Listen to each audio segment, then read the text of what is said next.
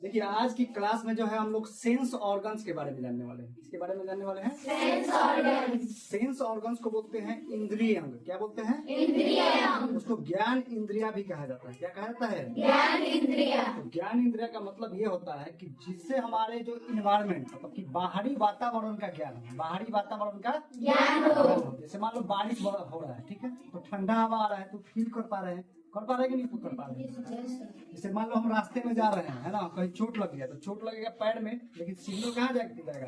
Brain में। कहाँ जाएगा? ब्रेन में। तो उसका सिग्नल देने के लिए जो है विशेष प्रकार के अंग है। क्या है? अंग है जिसको ज्ञान इंद्रिया कहा जाता है। क्या कहा जाता है? ज्ञान इंद्रिय।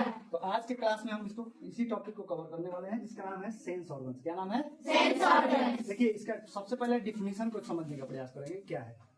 तो sense organs are special organs. Sense organs जो होते हैं वो एक प्रकार के विशेष प्रकार के अंग है। क्या है? विशेष प्रकार के अंग हैं दैट अलाउ अस, जो हमें अनुमति देते हैं। क्या देते हैं? अनुमति। To perceive and respond to our surroundings, जिससे हम क्या होते हैं कि जो वातावरण होता है, जो हमारा पर्यावरण होता है, इसमें हम किसी चीज को क्या करते हैं? परसाइव करते हैं। परसाइव का मतलब होता है समझना। क्या होता है इसका मतलब? समझना इसका मतलब होता है। क्या होता है? समझना। रेस्पॉन्ड का मतलब क्या होता है? रेस्पॉन्ड मतलब प्रतिक्रिया देना। क्या होता है? प्रतिक्रिया देना। प्रतिक्रिया देना। ठीक है। जैसे अब आपको एग्जाम्पल से समझा दिया जा रहा है। जैसे मान लो कि हम चल रहे हैं, ठीक है, कहीं पे जा रहे हैं या कहीं गली उली में जा रहे हैं, अचानक से हमको दिखता है सांप। क्या दिखता है? सांप। अगर आपको सांप दिखता है तो आप चौंक जाते हैं, अरे सांप। तो सांप को देखा कौन? आँख। कौन देखता है? आँख। उसका सिग्नल कहाँ जाता है? ब्रेन में। तो ब्रेन को कैसे पता कि ये सांप है?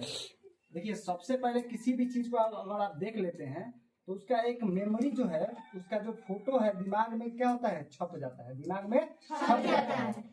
तो फिर दोबारा जब उस चीज को हम देखते हैं तो उस चीज को आराम से देख के पहचान जाते हैं। जैसे मान लीजिए कि आपके घर में मामा है। कौन है? मामा। तो आपके मम्मी जो है बता देती है कि यही आपके छोटे वाले मामा है, यही आपके छोटे वाले मामा। तो अगली बार से जब आपके छोटे वाले मामा घर पे आएंगे तो आप नमस्ते कीजिएगा, सलाम कीजिएगा कि नहीं कीजिएगा?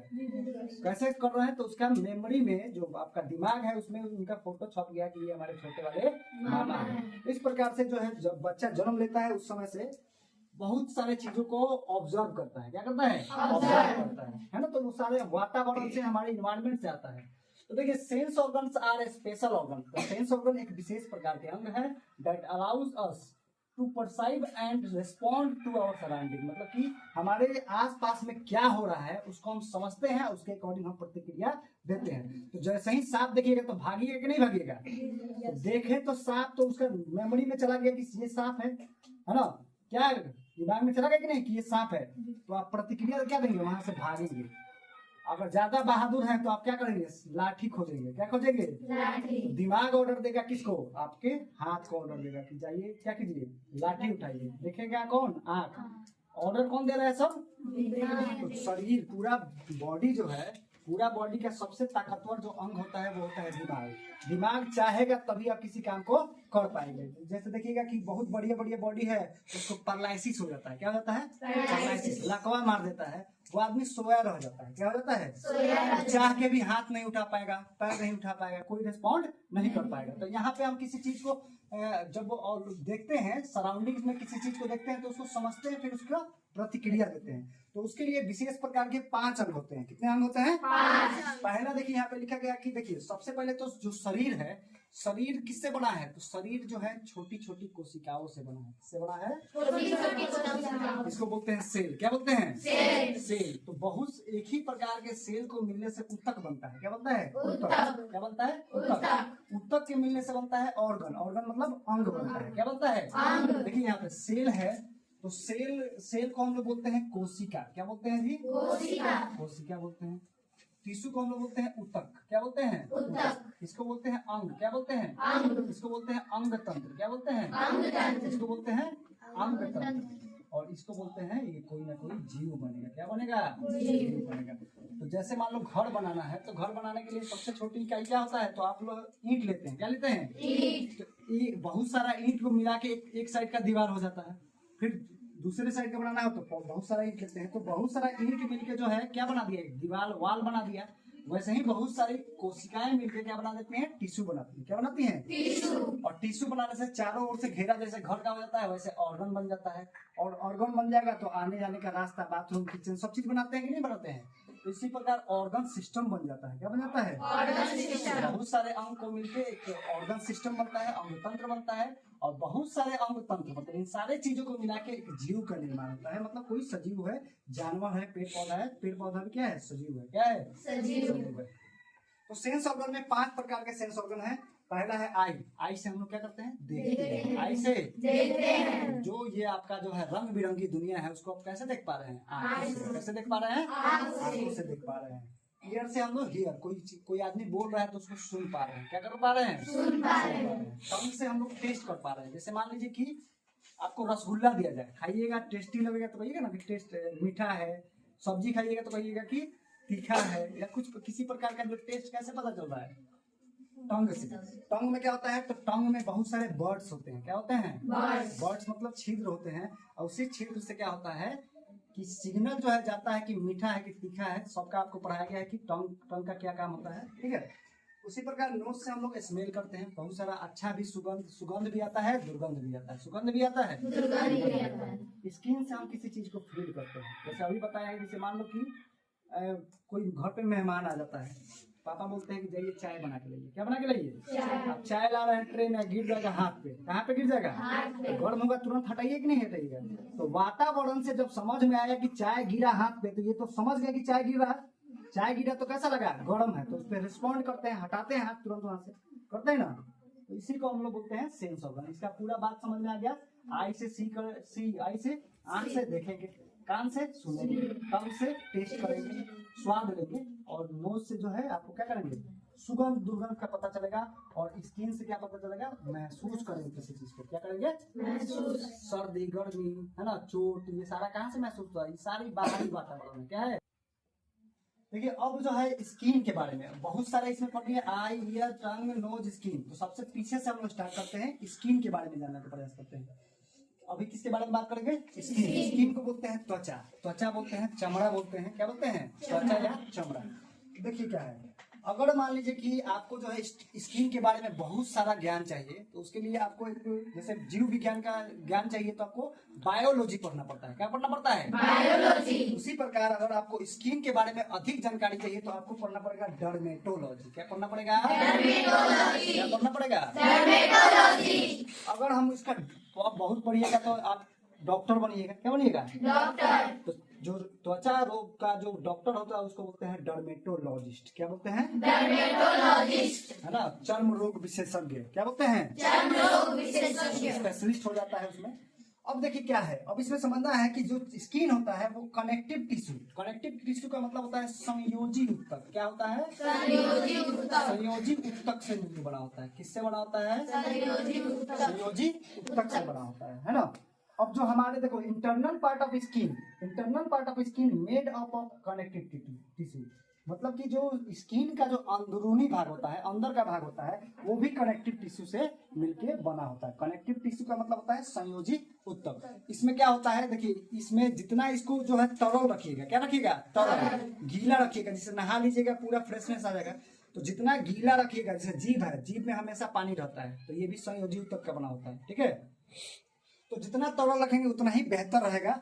अब इसमें देखिए क्या है कि हाँ, स्किन का भी लाइफ साइकिल होता है, कितना दिन तक रहेगा। कभी कभी ठंडी के दिनों में देखिएगा स्किन जो है छोड़ के पूरा ऐसे साफ क्या होता है, कहीं कहीं से स्किन जो है हटने लगता है। क्या होता है? हटने लगता है। तो इसका लाइफ साइकिल जो होता है लगभग 28 दिन का होता है। कितना दिन का होता है? 28 दिन का होता है, 4 सप्ताह का होता है ना। लेकिन किस पे डिपेंड करेगा? तो एज पे डिपेंड करेगा। अगर आप जवान हैं तो आपका बढ़िया मतलब स्किन साइकिल ज्यादा होगा। अगर आप बूढ़े होते जाएंगे तो स्किन साइकिल कम होते जाएगा। स्किन साइकिल कम होते जाएगा।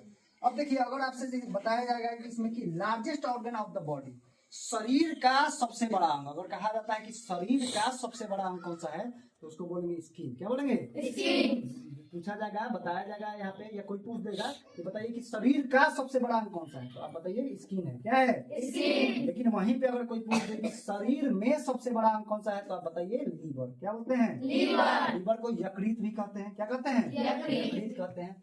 अब जो है स्किन के वर्क के बारे में जानते हैं कि काम क्या है, चमड़ा का काम क्या है। तो चमड़ा का काम क्या समझिएगा, तो देखिए हमारे स्किन में से पसीना निकलता है। क्या निकलता है?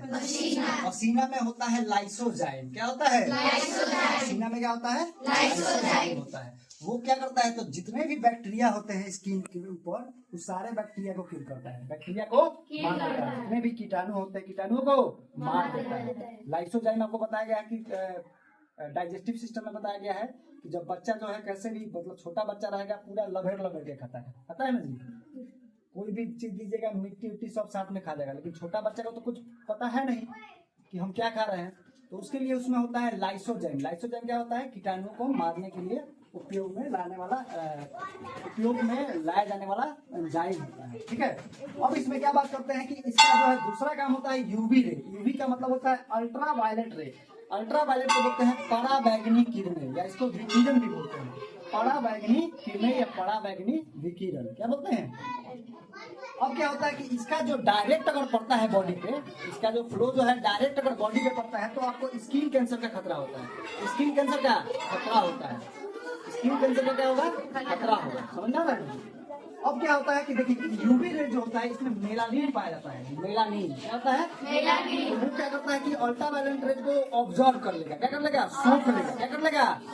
सोख लेगा। अब वही सोख लेता है तो क्या होता है, किसी प्रकार का हमको जो है प्रॉब्लम नहीं हो पाता है। और वायुमंडल में यूवी रेज से हमको रक्षा करने के लिए क्या है, तो ओजोन लेयर है। क्या है? ओजोन लेयर है। क्या है? Ozone layer. देखिए अब जो है हमको जानना था अल्ट्रा वायलेट रे के बारे में। किसके बारे में जानना है? अल्ट्रा वायलेट रे। इसको बोलते हैं पराबैंगनी किरण। इससे बताया गया है कि इसमें जो है स्किन के अंदर जो है सबसे ऊपर रहता है डर्मिस, इपीडर्मिस। क्या रहता है? इपीडर्मिस। पूरे स्किन में 7 लेयर, चमड़ा में 7 लेयर होता है, तो 5 लेयर तक होता है इपीडर्मिस। उसको बोलते हैं हिंदी में अधिचर्म। क्या बोलते हैं? अधिचर्म। उसके नीचे जो होता है डर्मिस। क्या होता है? डर्मिस। इसमें 2 लेयर होते हैं। कितने लेयर होते हैं? 2। इसके आगे जो है उसको बताया जाएगा, है ना। तो उसी डर्मिस में जो है मेलानिन पाया जाता है, जो यूवी रेज को सोख लेता है। क्या कर लेता है? सोख लेता है। और अंदर जो है स्किन में किसी प्रकार का रोग होने नहीं देता है। ठीक है। तो इससे स्किन कैंसर का खतरा ज्यादा होता है। यही मेलानिन जो है काले आदमी में, जितना जो है कड़िया आदमी होगा, काला आदमी, काला सांवला जो आदमी होता है, उसमें मेलानिन ज्यादा होता है। देखिए मेलानिन ज्यादा होता है। काले आदमी में, सांवले आदमी में मेलानिन ज्यादा होता है, और गोरे आदमी में मेलानिन कम होता है। तो मेलानिन अगर जिसमें ज्यादा रहेगा उसको कैंसर का खतरा कम रहेगा। मतलब कि काला सांवला जो लोग होता है उसमें कैंसर का खतरा कम रहेगा। मतलब ये लगभग बताया जा रहा है कि सब पे नहीं कहा जा सकता है ना। और जो व्हाइट वाले जो लोग हैं, व्हाइट जो लोग होते हैं, गोरे, उसमें मेलानिन जो है कम होता है, इसलिए कैंसर का खतरा ज्यादा रहता है। समझ आ रहा है? और क्या जान रहे हैं कि बॉडी जो है टेम्परेचर फील करता है। क्या करता है? टेम्परेचर फील करता है। तो बॉडी का टेम्परेचर जो है नापने के लिए जो है थर्मोमीटर का यूज किया जाता है। जब आपको बुखार होता है तो आपके मम्मी पापा जो है डॉक्टर के पास ले जाते हैं, तो उसमें डॉक्टर क्या करता है? थर्मोमीटर का यूज करता है। तो थर्मोमीटर में भी अलग अलग डिजिटल थर्मोमीटर होता है, तो उसमें भी स्केल अलग अलग होता है। एक होता है सेल्सियस स्केल, एक होता है फारेनहाइट स्केल। 2 प्रकार के स्केल का डॉक्टर यूज करते हैं, लेकिन ज्यादातर अब इसका उपयोग जो थर्मामीटर जो है फारेनहाइट का उपयोग जो है ज्यादातर किया जा रहा है। तो बॉडी का टेम्परेचर अगर 37 डिग्री है, कितना डिग्री है? 37 डिग्री। अगर बॉडी का टेम्परेचर 37 डिग्री है तो आपको कोई बुखार नहीं है। तो ह्यूमन बॉडी का जो टेम्परेचर होना चाहिए वो 37 डिग्री सेल्सियस में होना चाहिए। और वहीं पे बात करेंगे फारेनहाइट की, तो वहाँ पे 98.6 डिग्री फारेनहाइट होता है। कितना होता है? 98.6 डिग्री। अब जो पढ़ा लिखा नहीं है वो क्या कहेगा? बाप 98 बुखार है, उसको तो सेल्सियस पता नहीं है कि फारेनहाइट में मापा जा रहा है कि सेल्सियस में। अगर 98 बुखार है, चलो इसको ज्यादा बुखार है, तुरंत 500 का दवाई डॉक्टर लिख देगा, है कि नहीं? लिख देगा कि नहीं लिख देगा? लेकिन आप पढ़े लिखे हैं, आप समझ जाइए कि बॉडी का टेम्परेचर कितना होगा। तो ये इस स्केल में 98.6 अगर आपका टेम्परेचर है तो आपको कोई बुखार नहीं है। अगर इससे ज्यादा होता है तो आपको बुखार है। समझ में आ रहा है ना? तो इतना तो आप समझ पाएंगे। तो अगर अच्छा से पढ़ लीजिएगा तो डॉक्टर के पास कौन जाना पड़ेगा, है ना। बेहतर एजुकेशन लेते हैं, क्या होता है? डॉक्टर कैसे बनते हैं? बेहतर शिक्षा लेके ना बनते हैं, उसके बारे में डिटेल की जानकारी लेते हैं, बढ़िया डॉक्टर बन जाते हैं। अब क्या होता है, अब इसका एक्सक्रीशन मतलब उत्सर्जन क्या हो, मतलब इसमें से निकलता क्या है। तो बॉडी जो होता है, स्किन में से क्या क्या निकलता है? तो स्किन में से पसीना निकलता है। क्या निकलता है? पसीना में लाइसोजाइम पाया जाएगा। क्या पाया जाएगा? लाइसोजाइम। कीटाणुओं को मारता है। इसमें सॉल्ट भी निकलता है। सॉल्ट मतलब नमक। जैसे गर्मी के दिनों में अगर आप काला कपड़ा पहनते हैं, गर्मी के दिनों में काला कपड़ा पहन लेते हैं तो आप देखिएगा कि पूरा हर जगह पर चित्ती मारता है। उसको हम लोग गाँव में बोलते हैं चित्ती मार दिया है। क्या मार दिया है? तो पीठ से लेके पूरा हर जगह पे पसीना का व्हाइट नमक जैसा लाइनिंग गोला धब्बा पड़ जाएगा। तो वो क्या है? नमक निकलता है। जो कहाँ से निकलता है? तो स्किन से निकलता है। क्या से निकलता है? स्किन से। ठीक है। अब हमारा जो स्किन है ऑब्जर्व क्या करता है? अवशोषण किस चीज का करता है? तो दवाइयों का करता है। जैसे मान लीजिए कि आपके स्किन में कोई बीमारी हो गया है ना, दाद खाज खुजली फोड़ा फुंसी कुछ भी हो जाता है, तो इसके लिए हम लोग क्या करते हैं कि डॉक्टर के पास जाते हैं तो आपको एक क्या देता है? ट्यूब देता है क्रीम लगाने के लिए, वो दवाई।